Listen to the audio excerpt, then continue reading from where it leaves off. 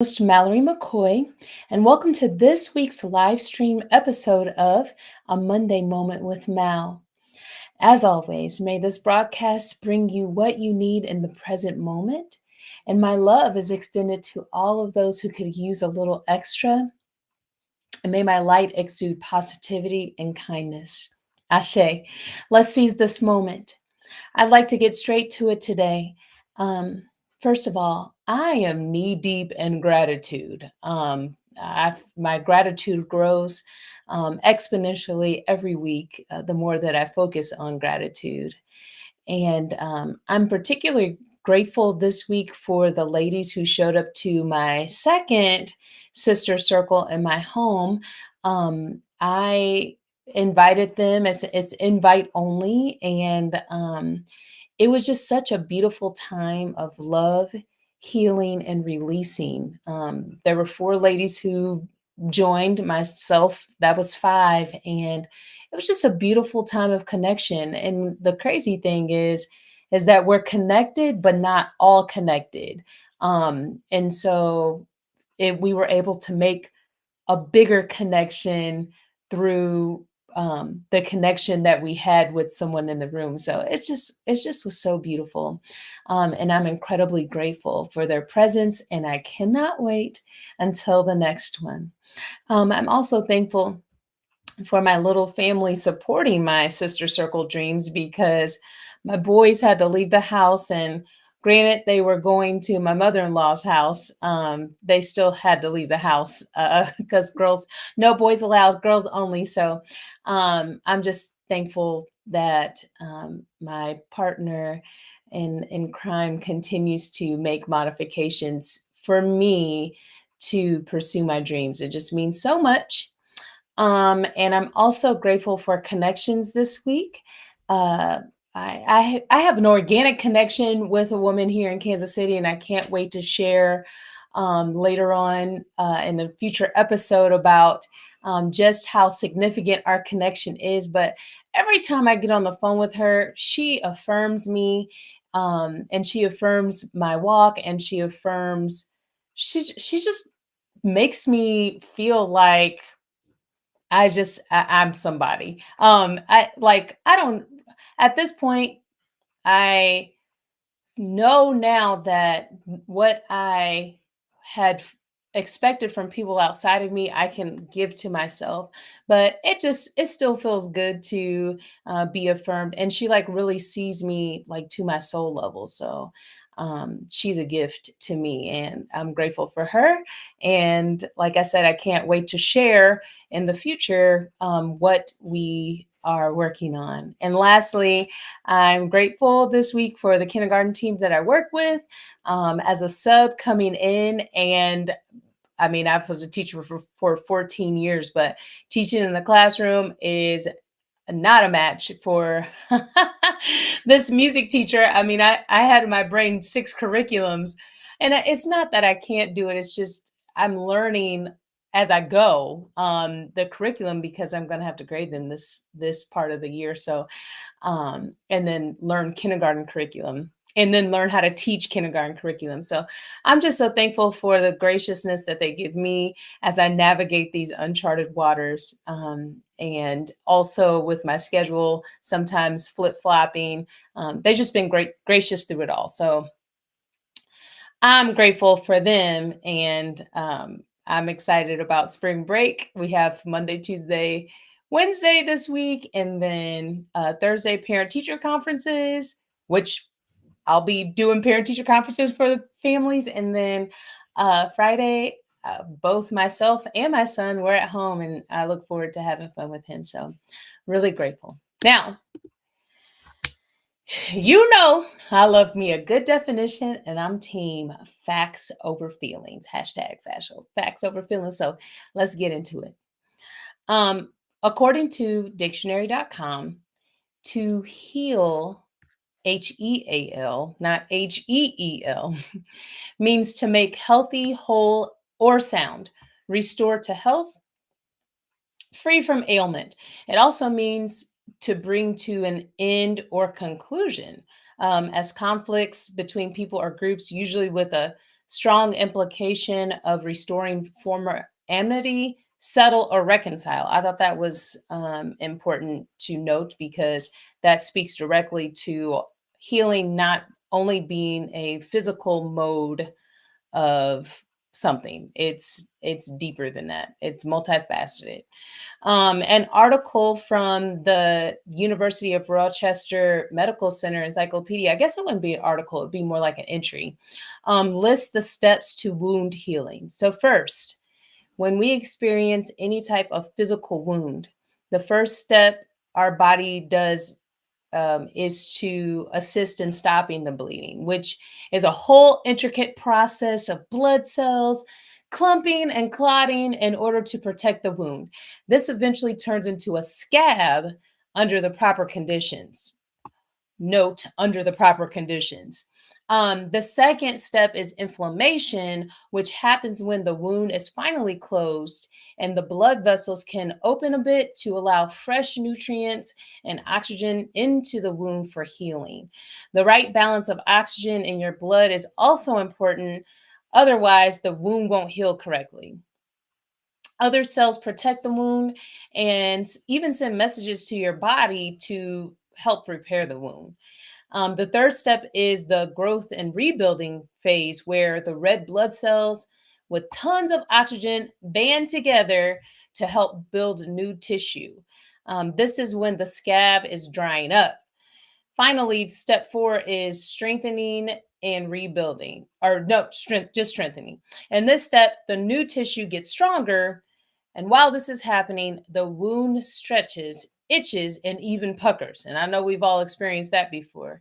This is the worst wound in my life. I don't know if you can see it. I got burned by an electric blanket, and look at the skin. It still like puckers up a little bit. That was when I was in sixth grade, like a long time ago. So um I would say that this wound is still healing because it was so deep and I probably should have went to the hospital for it. But anyway, um I found that this I found this point that I read to be incredibly interesting.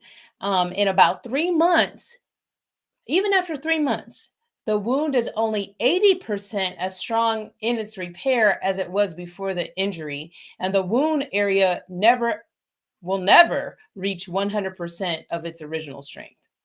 Okay.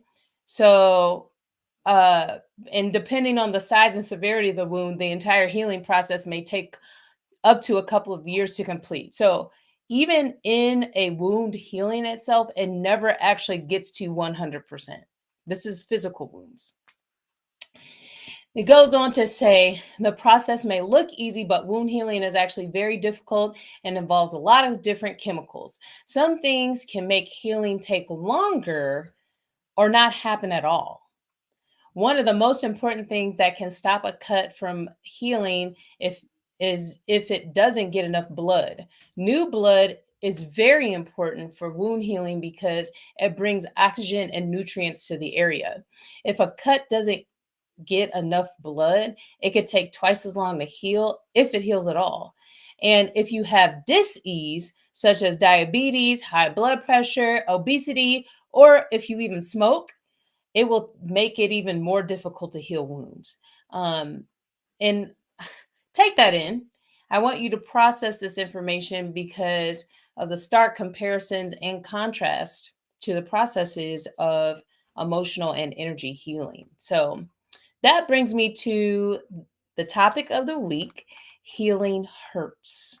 Um, and when I was thinking like what could I write about, and I thought about that, I was like, yeah, that's the perfect title because healing does hurt. And actually have a personal anecdote of healing hurts on my finger.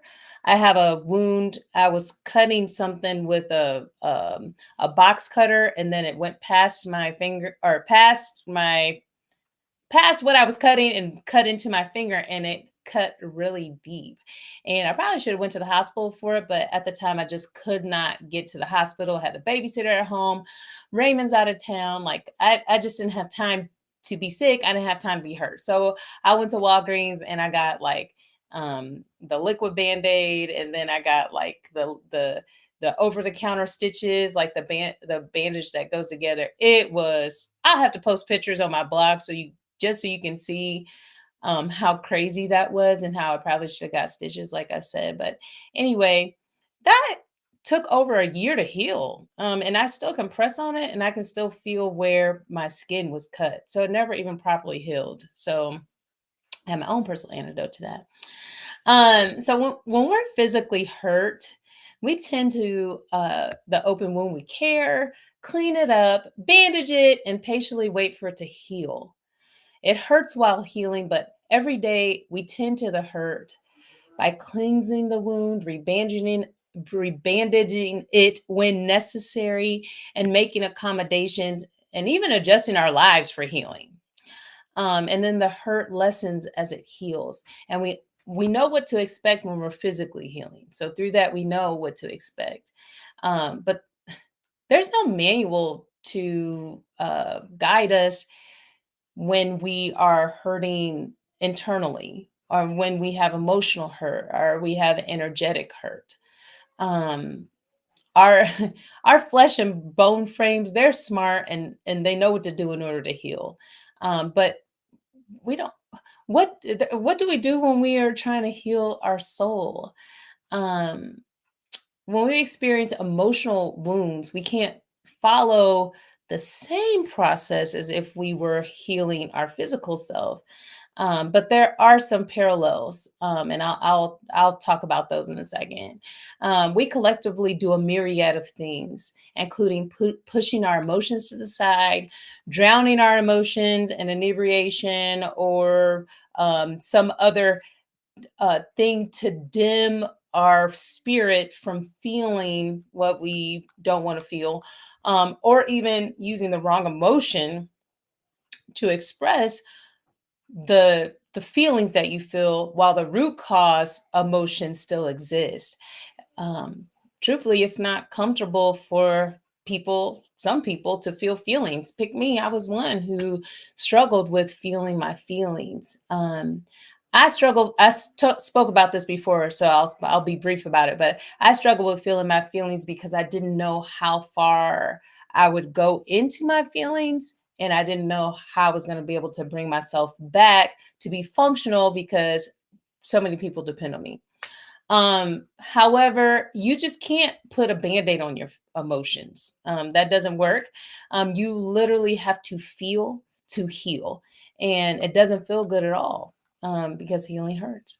You also have to feel safe in order to feel your feelings in order to heal. I'm talking about being emotionally safe, comparative to the physical wound that needs to feel safe to scab.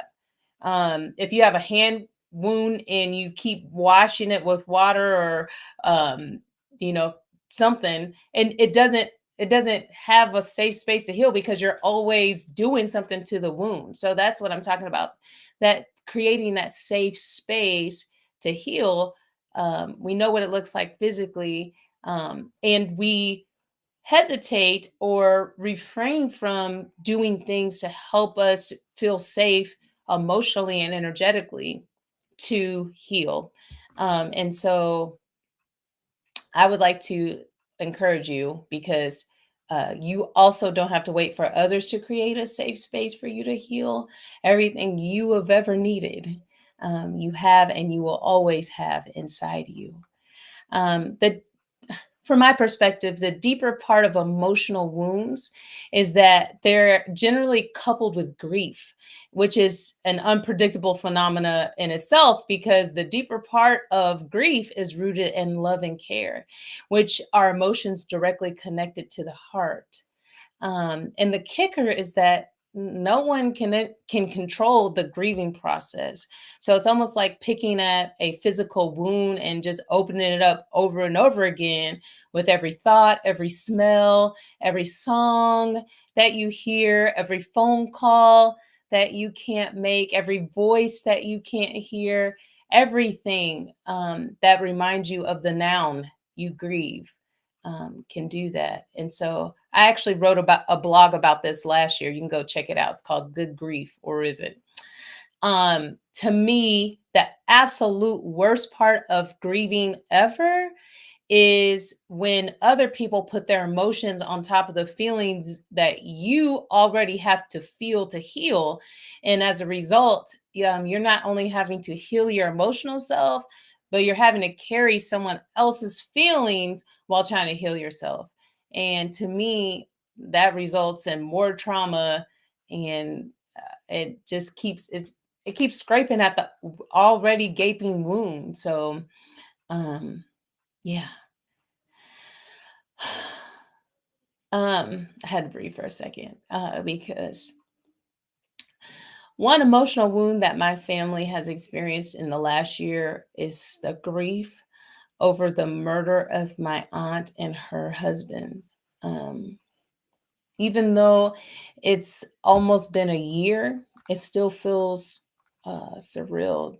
Um, the funeral was a figurative band aid, and the real healing process started after everyone went back to their lives. But did we really get to go back to our lives? Because it's not like, my aunt and her husband died naturally. Their lives were stolen by someone who, um, he lacked skills. He lacked a lot of skills, conflict resolution skills. He lacked communication skills. He just was in lack. And yeah, like that leaves me speechless. Um, Life is never the same without your loved ones, no matter what form they're in, human form, animal form, and if you're like me and you name your plants plant form, it all hurts. And her absence and the way that she transitioned is just unbelievable. And like I said about people putting their emotions on you, so that you have to not only feel your feelings but feel other people's feelings. Her death was so public, and it was so international. It made international news. um that feeling the energy of all of that. And she's my aunt, but or she is my aunt, but her kids, my cousins, like, have they even been able to properly grieve because other people have been putting their grief on them? Um, it just it's a lot. It's still a lot. And in reality, my family is hurting so bad, and my heart hurts for my cousins, their families, and all my other family members. Is still heavily affected by their passing every day. The loss is so tragic, and I project that there will never be um, an end to the healing process, because, the justice system is slow.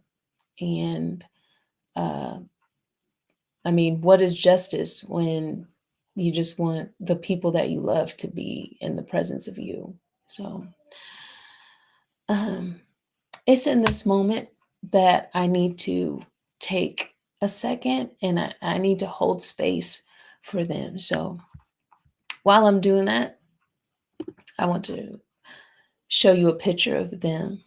Um, so I'm taking a second to hold space for Kathy Chapman McRoberts and Donald McRoberts.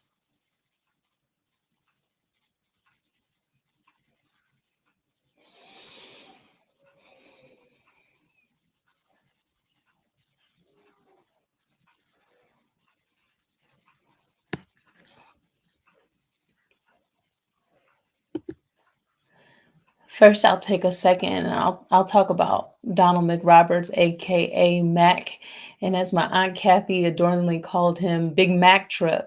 Um, Unfortunately, I didn't get to know him personally because I'm in Kansas City. They were in Troy, Missouri. But I knew how I knew how important he was to my aunt Kathy, and just simply him being responsible for her smile um, was just, it was priceless. It was priceless to my whole entire family. And they loved each other so much and they spent so much time together.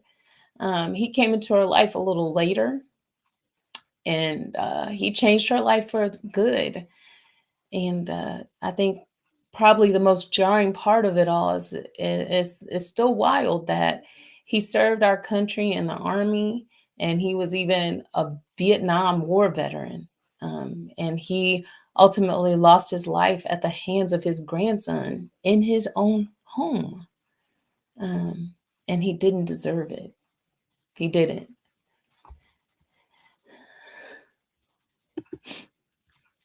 And and to my aunt Kathy, uh, she's the only self-proclaimed triple OG that I recognize.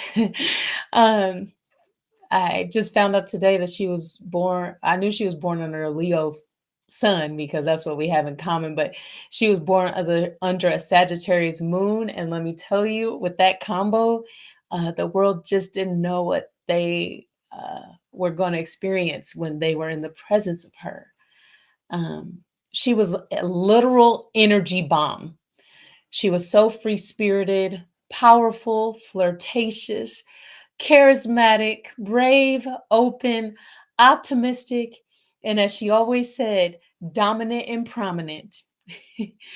um, you didn't have to you didn't have to guess what she was thinking because she spoke her mind so freely.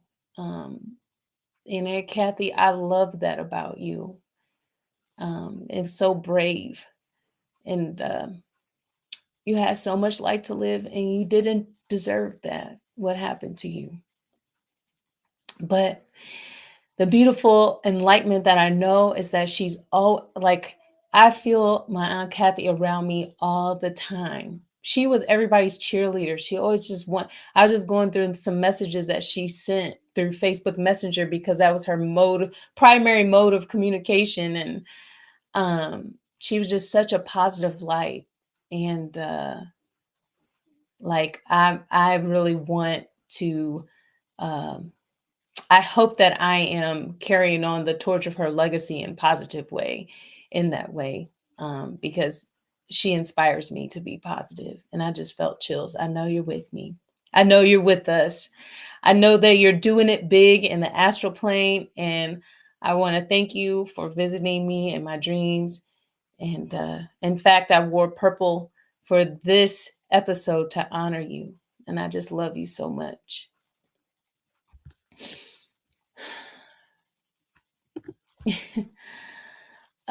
My call to action to you in this moment is to give yourself space to experience all that life has to bring.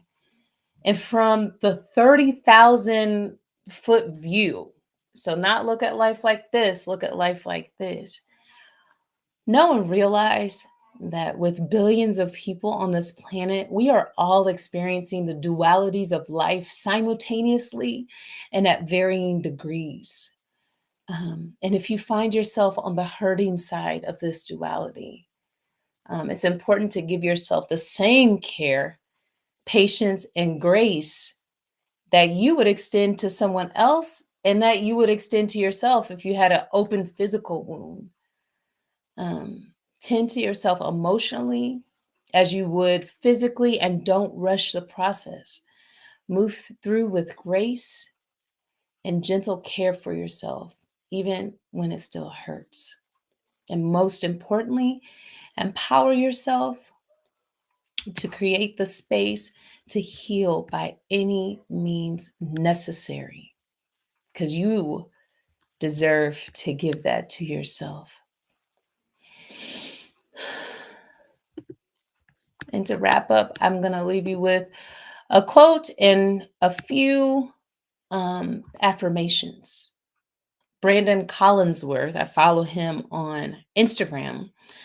He always comes with the quotes, but this one was posted this week, and I felt like it was perfect for this moment. He says, the healing journey involves creating as any spaces and opportunities as possible for you to feel loved, nourished, and safe. It's about becoming a nourishing environment to yourself. If your nervous system has never known healthy, it's easy to recreate dysfunction, recreate discord, and recreate disharmony, thinking that it's normal. It's not. A deeper level of discernment comes as you heal.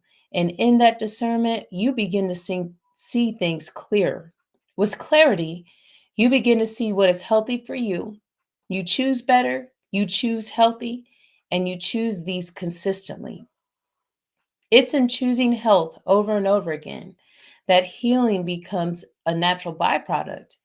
You become your own healing sanctuary. From the inside out, you become the medicine that you need. And that's Brandon Collinsworth.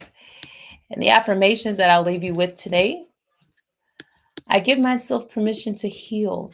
I trust my body and its abilities. I am open to new forms of healing. I trust that everything in my life is unfolding perfectly.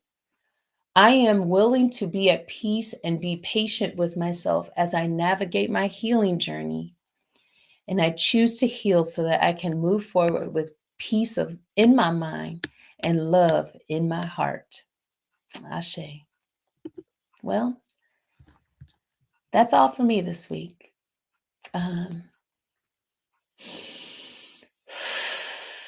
I made it through.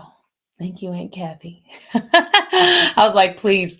I called on my ancestor. I'm like, please, Aunt Kathy, help me through this because I I don't want to put. I know that my cousins may watch this because they will see that this is dedicated to her and Mac, and I don't want to put my emotions on them. But know that my love, my heart, my mind, my soul is extended to you this week and any of my family members. If you need me, I'm there.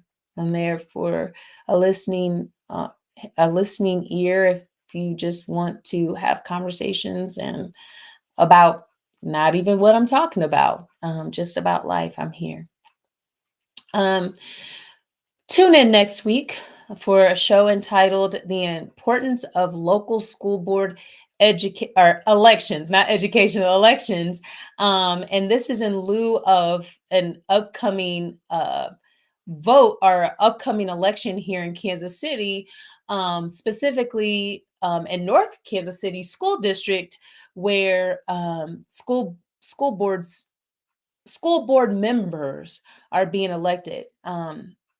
If you are like me, prior to knowing what I know, I would not vote for school board members with knowledge. I actually would vote for them in ignorance.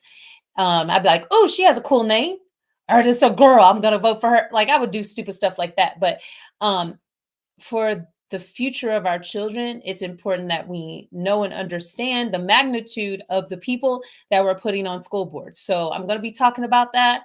Please let me enlighten you about this because your child, your grandchild's educational future depends on it. So until then, love and peace to all of you. I hope that you have the very best week.